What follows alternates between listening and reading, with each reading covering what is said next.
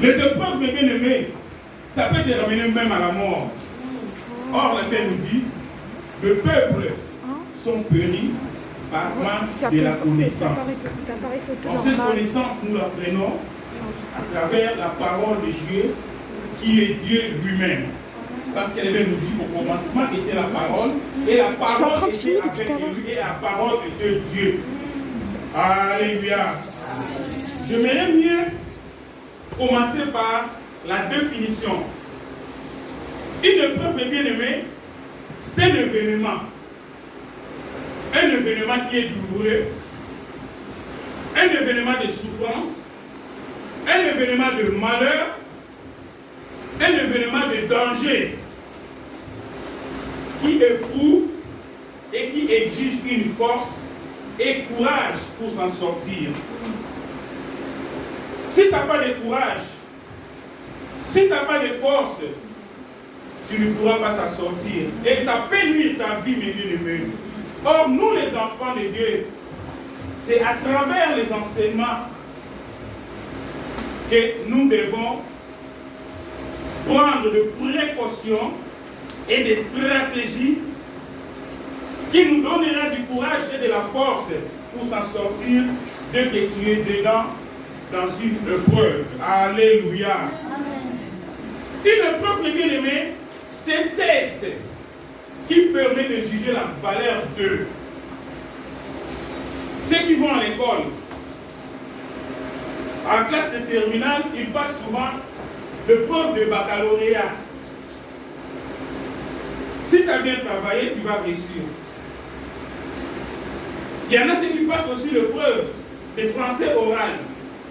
Si tu avais bien maîtrisé tes leçons, tu vas réussir à cette épreuve-là. Par contre, si tu n'as pas bien maîtrisé, tu n'as pas bien préparé, tu vas échouer. Vous êtes d'accord avec moi?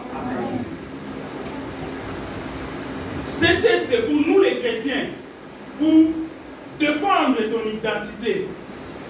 En tant que chrétien, nous avons notre identité qui est l'identité chrétienne. On nous appelle des chrétiens. Alors aujourd'hui, si je me retrouve en face de l'obstacle, en tant qu'un enfant de Dieu, je suis obligé de défendre mon identité. Je ne peux pas lâcher. Alléluia. Je ne peux pas lâcher. Donc je suis contraint de défendre, de montrer au monde que moi, que vous voyez, face à cette situation, de telle manière, je vais l'embrasser, je vais la maîtriser et je vais s'en sortir tôt ou tard parce que j'ai un Dieu. Amen. Alléluia. Je ne peux pas me paniquer, je ne peux pas me stresser parce que je connais qui est avec moi, qui marche avec moi. S'il a permis ça, il sait. S'il a permis ça, il a aussi la possibilité de me faire sortir. Il va me donner la force afin que je puisse sortir. Amen. Et quand tu vas sortir, le monde va témoigner ton identité. Qui es-tu? On nous dit que c'est une aussi compétition, un examen. C'est un moment difficile à passer pour traverser un individu. C'est vrai. Lorsque l'épreuve vient, il ne vient pas avec le confort. Il vient toujours avec l'inconfort de Dieu. Dans un premier temps, ça peut te blesser moralement. Si tu n'as pas de force, si Dieu n'intervient pas, c'est difficile pour s'en sortir. Amen. Mais, malgré cela, mes bien-aimés, nous devons savoir, en tant qu'enfants de Dieu, que nous sommes, aucune épreuve ne peut demeurer éternelle. Le premier jour, le pasteur Fernando, il a dit ça. Aucune épreuve ne peut demeurer éternelle. Il sera toujours passagère. Parce que tu es un enfant de Dieu. Car le roi Salomon dit dans la Bible, chaque chose a son temps. Il y a un temps pour toutes choses. En tant qu'un enfant de Dieu, si tu as ces versets-là dans ta tête, dans un premier temps, ça va te permettre d'en sortir de que tu te trouves devant un barrage qui est l'obstacle dans ta vie. C'est que malgré elle est là, Malgré, dans un premier temps, il peut commencer à nuire ma vie. Mais je sais que mon rédacteur, il est puissant. Il finira à s'élever. Il ne m'abandonnera jamais. Il y a un temps, peut-être c'était une saison, je vais m'en sortir. Mais il faut avoir la notion. Il faut avoir des enseignements. Or, ces enseignements-là, on ne le prend qu'ici à l'église. Ces enseignements-là se trouvent que dans la Bible, qui est la parole de notre Dieu tout-puissant. Amen. Amen. Et les sous-thèmes que nous allons développer cet après-midi, c'est intitulé notre attitude dans l'épreuve. Moi, en tant que chrétien, moi, en tant que serviteur de Dieu, moi, en tant que servante de Dieu, moi, en tant qu'enfant de Dieu, en bref, celui qui est né de nouveau, celui qui a reçu Seigneur Jésus-Christ comme Seigneur et Sauveur, quelle peut être mon attitude dès que je me retrouve dans une épreuve? Parce que nous sommes différents des païens et bien-aimés. De la manière le païen, ils vont le concevoir. Ça ne doit pas être de cette même manière que moi, en tant qu'enfant de Dieu, né de nouveau, je peux concevoir cette épreuve-là. J'ai bien dit, l'épreuve ne ramène pas les conforts. Non. Il y a toujours les conforts. Il y a toujours les conforts. Il y a toujours des situations difficiles qui peuvent nuire même ta vie. Dans un moment, tu peux commencer à te stresser. Mais je ne peux pas oublier que je suis un enfant de Dieu. Je ne peux pas les concevoir de la même manière qu'un païen.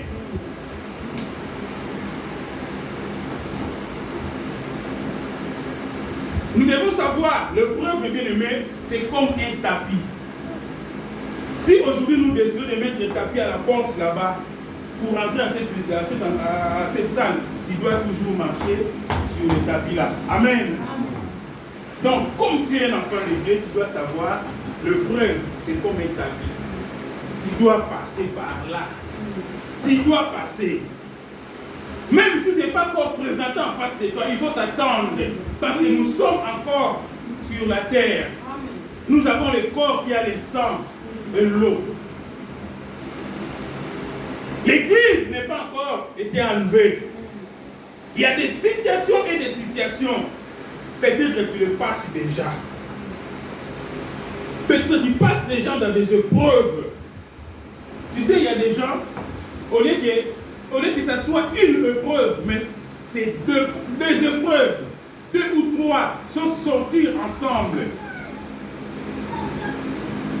Il faut être vraiment un enfant de Dieu. Au cas contraire, il y en a beaucoup qui abandonnent même la foi. Amen. Concernant l'attitude, nous allons voir 2 cas.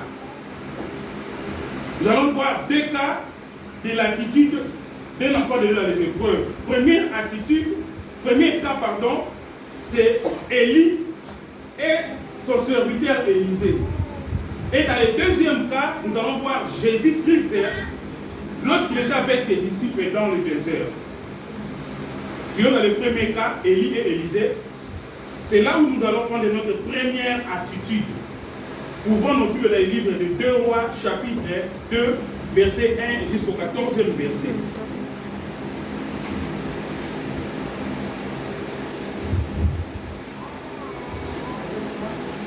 Deux Rois, chapitre 2, verset 1 jusqu'au 14e. 2 Rois 2, 1 à 14.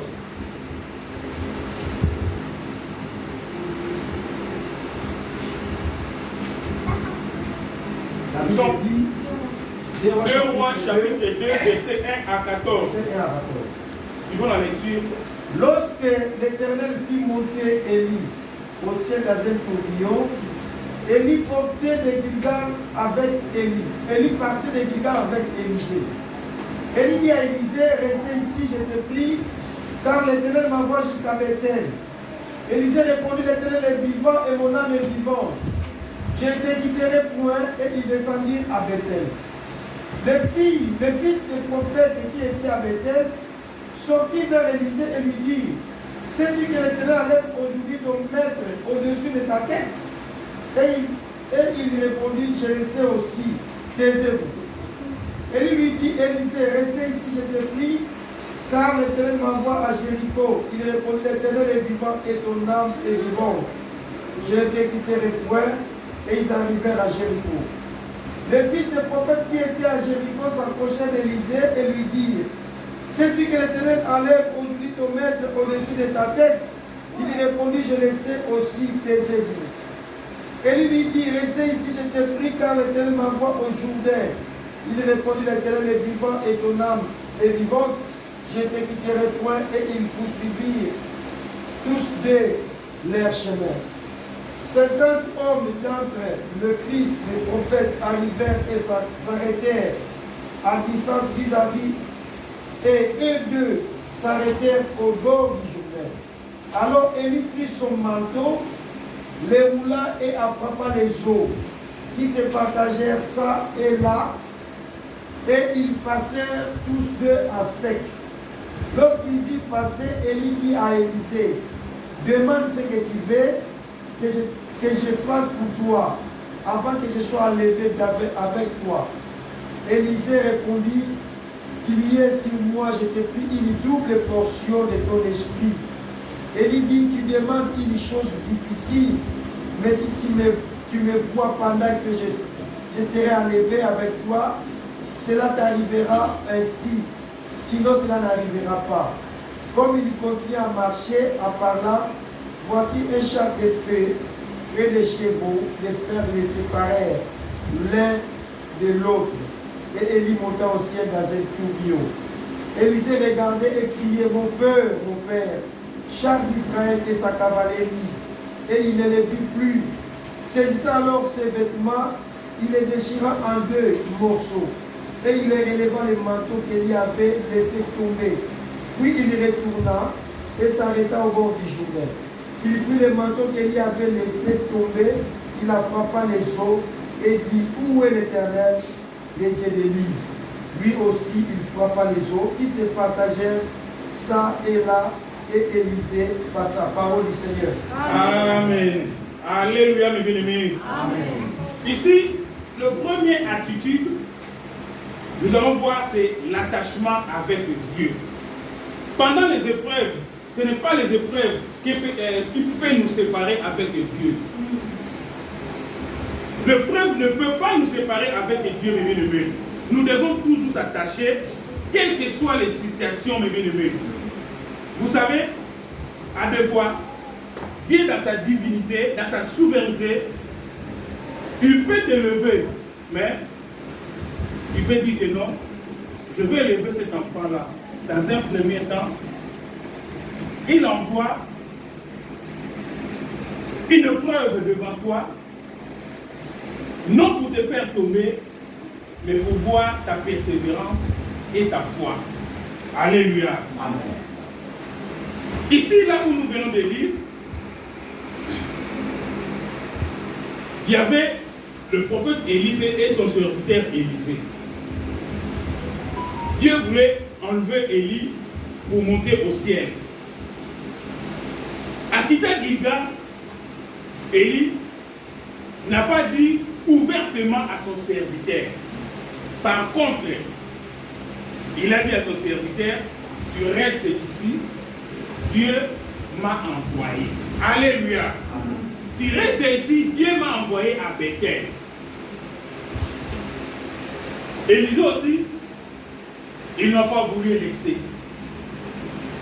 Il répondit, l'Éternel est vivant et ton âme est vivante. Je ne te quitterai point. C'était le départ. Sans le savoir que non, Dieu, il voulait enlever son maître.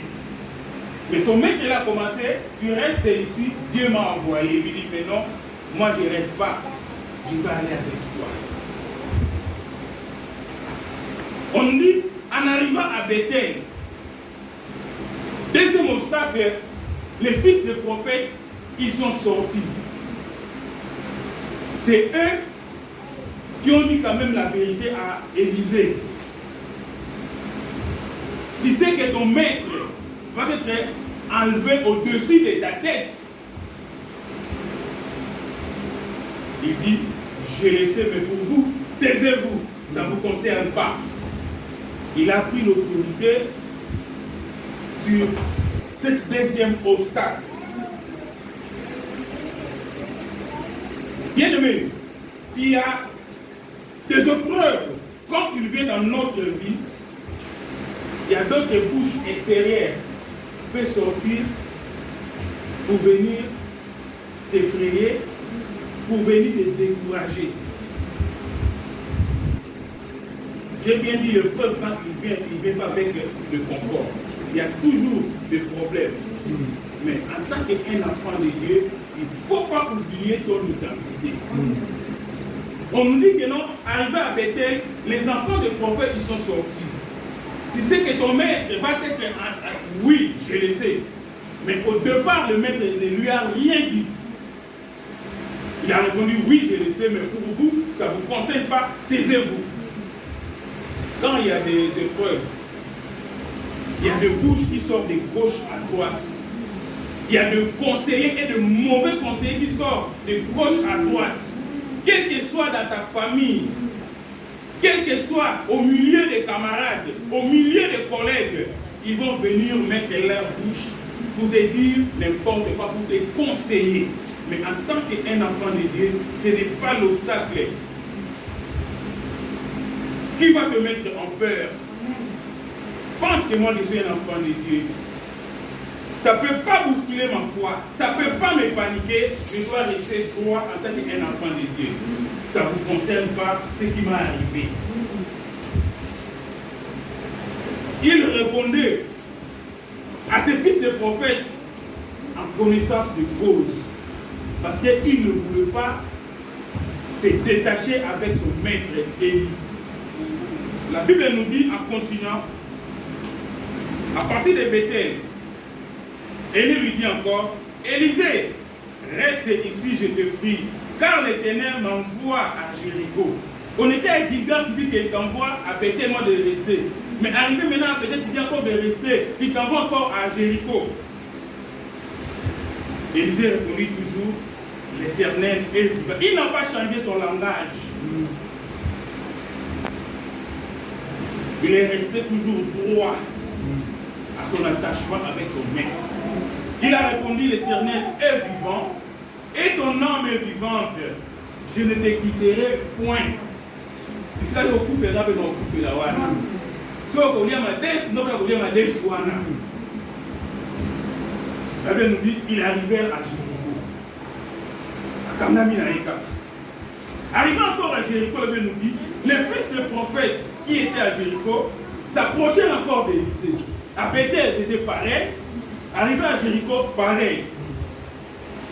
Il lui dit, sais-tu que l'Éternel enlève aujourd'hui ton maître au-dessus de ta tête? Toujours même problème, même langage. Il n'a pas changé sa réponse. Il répondit, j'ai laissé aussi, taisez-vous. Il a pris toujours le dessus sur le voix qui venait de l'extérieur, sur le conseiller.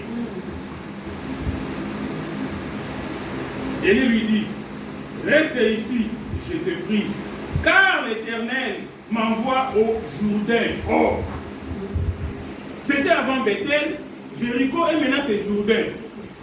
Il n'a pas changé son lecture. L'Éternel est vivant et ton âme est vivante. Je ne te quitterai point. Ils poursuivent tous de leur chemin. On nous dit, il y avait 50 hommes d'entre les fils des prophètes arrivèrent et s'arrêtèrent en distance. Ceux-là, ils ne veulent pas s'approcher, mais ils étaient en distance. Vis-à-vis, et deux s'arrêtèrent au bord du Jourdain. Alors, il prit son marteau, roula et frappa les eaux. Et partagèrent ça et là. Et ils passèrent tous deux. Mais comment on a serré? On va tirer dans Bethel. Na Jéricho, mina na Jourdain. Et comme je on va passer le presque on a on va la tika. Mais bien aimé, devant les circonstances, les problèmes, va conseiller, va y avoir tata. Comment décourager bon mon inayo? Par exemple, si on a l'obamou, on a qui va y vraiment aider au bazar dans mawa. Mais dans ma bango, ça il va changer le bon pour gagner des décisions, le mot quand on reçoit.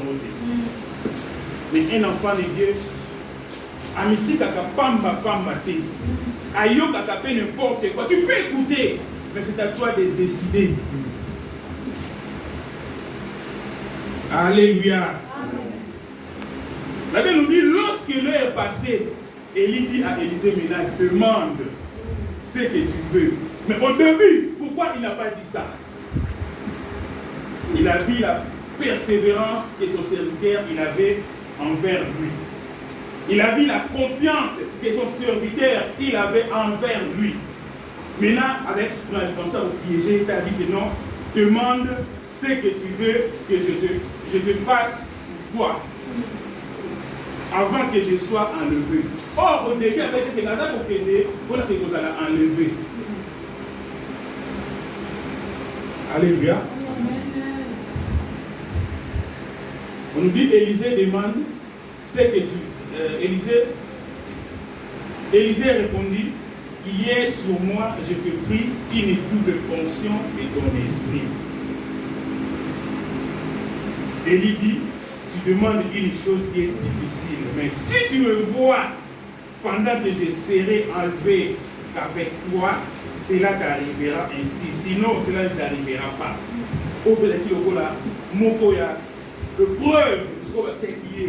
Épreuve finale. Si tu me vois, alléluia.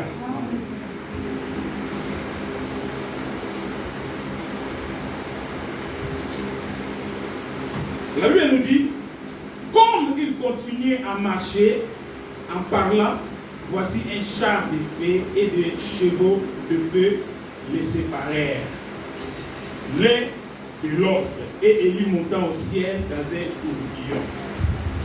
Élisée regardait. C'est ce qui était le dernier devoir qu'il avait. Il regardait et criait, mon père, char d'Israël et sa cavalerie. Et il ne vit plus. Saisissant alors ses vêtements, il les déchira en deux morceaux. Et il les releva le manteau qu'Élie avait s'arrêtant au bord du Jourdain. Il prit le manteau qu'Élie avait laissé tomber et il en frappa les eaux et dit, où est l'Éternel, le Dieu d'Élie?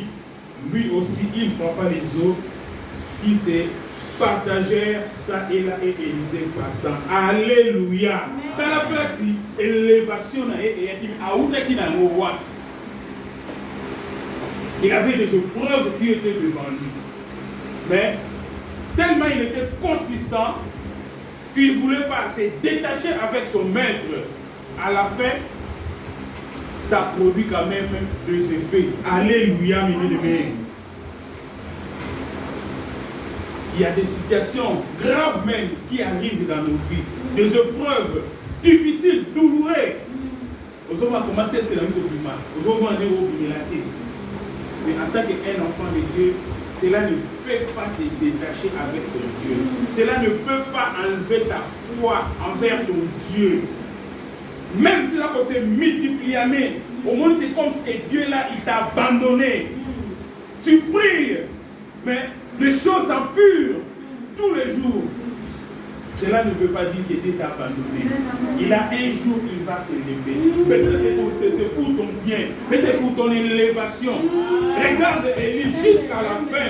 Il a eu l'élévation. On nous dit lorsque tu as la zone qui a Salaki, Élie a Salaki, il y a Salaki à fois deux. A commencé à la main au Kata Kiwana.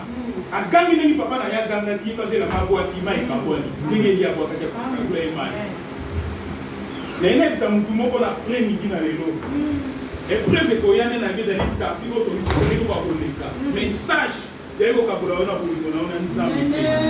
il y a un cosa que non, on a ciment.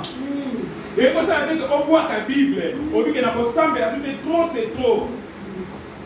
Il y a un cosa que non, on bafoué foi. On a reçu des ensembles. Pourquoi? Il a un temps, il a saison. Tant que c'est donné au cas, nous sommes bien. Alléluia. Pour passer dans le deuxième, on a dit le premier cas. Pour passer dans le deuxième cas, j'avais bien dit Jésus-Christ et ses disciples dans le désert. Ouvrons nos Bibles dans le livre de Marc, chapitre 8.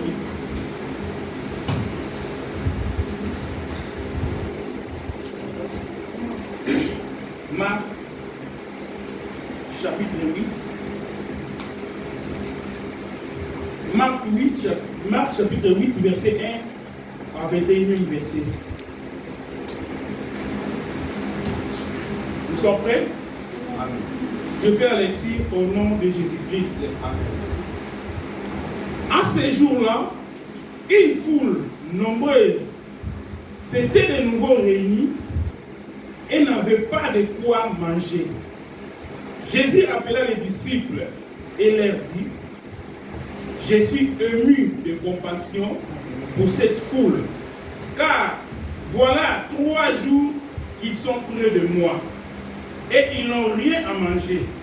Si je les renvoie chez eux à jeûne, les forces leur manqueront en chemin, car quelques-uns d'entre eux sont venus de loin.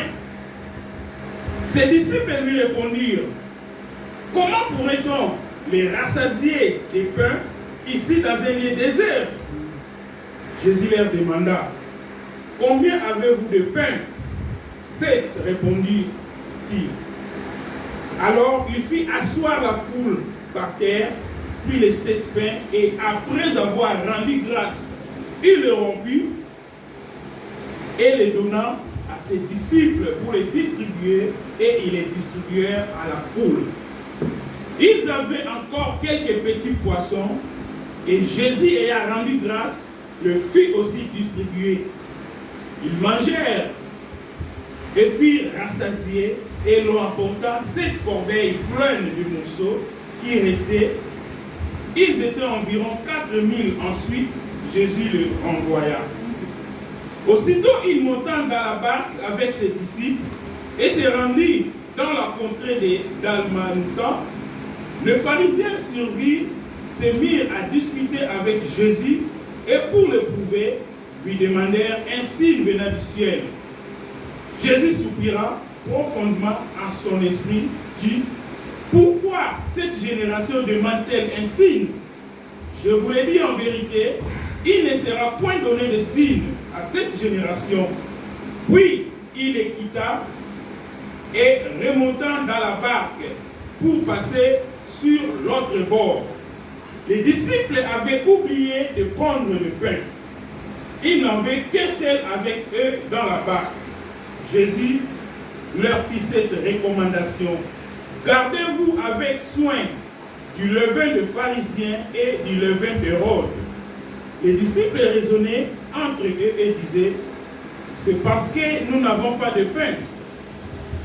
Jésus, les sachant, leur dit: pourquoi raisonnez-vous sur ce que vous n'avez pas de pain? Êtes-vous encore sans intelligence et ne comprenez-vous pas? Avez-vous le cœur endurci, ayant des yeux et ne voyez-vous pas? Ayant des oreilles, n'entendez-vous pas? Et n'avez-vous point de mémoire? Quand j'ai rompu les 5 pains pour les 5000 hommes, combien de paniers pleins de morceaux avez-vous emporté? 12, lui répondirent-ils. Et quand j'ai rompu les 7 pains pour les 4000 hommes, combien de corbeilles pleines de morceaux avez-vous emporté? 7, répondit-il.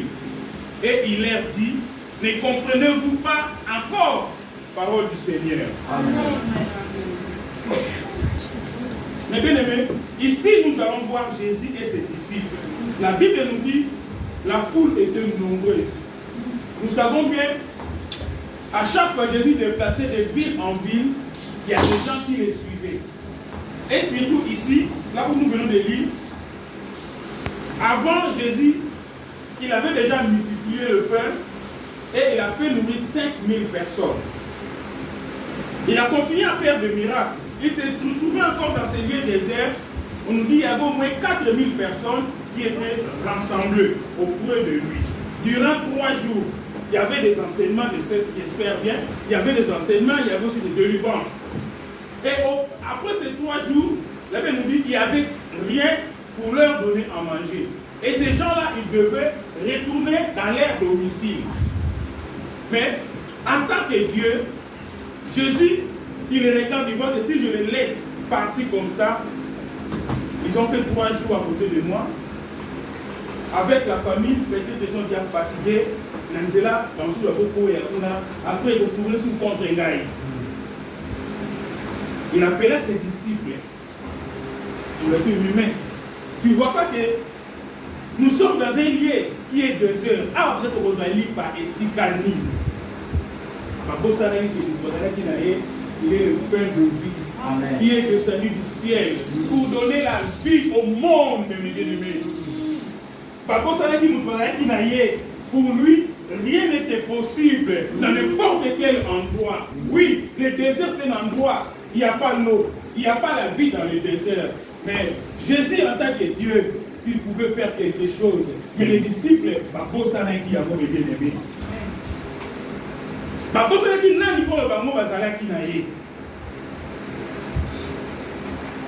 oui, il arrive à des fois dans notre vie chrétienne qu'on passe des moments difficiles et d'oublier la possibilité que Dieu peut faire dans notre vie.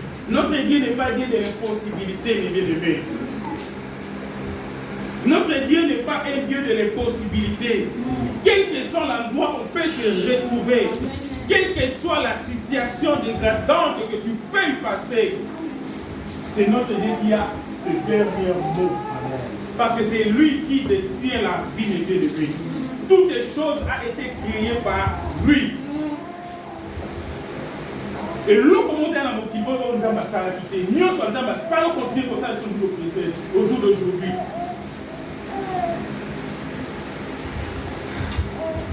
La Bible nous dit que Jésus était ému de compassion. Tu sais, dans votre vie, mes bien-aimés, il y a quand même pas cause de compassion. Parce que l'homme, il est limité. Je peux avoir l'idée de t'aider. Mais moi, si je suis limité, parce que je suis l'homme. C'est Jésus qui, par avoir ta compassion, peut faire quelque chose, peut pouvoir assortir quelque chose pour toi, mes bien-aimés. Ok, vous êtes d'accord, mais Jésus-Christ, il a eu compassion de ces multitudes de gens, plus de 4000 hommes qui étaient à son entourage, mes bien-aimés.